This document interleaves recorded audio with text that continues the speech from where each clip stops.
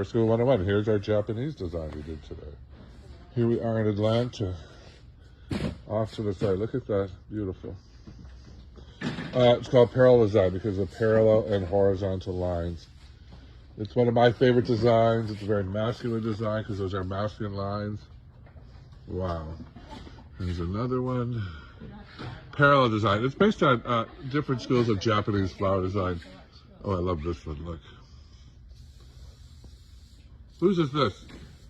Hi, I'm Maggie Jackson. I own Big Hart Farm, Hart like Hart County, so H-A-R-T. We're right in Hartwell, Georgia, South Carolina line. We produce about 40,000 plus zinnia plants a year and harvest beautiful flowers. And they're available in bulk to wholesalers. So all my wholesaler friends, call this girl. Yeah.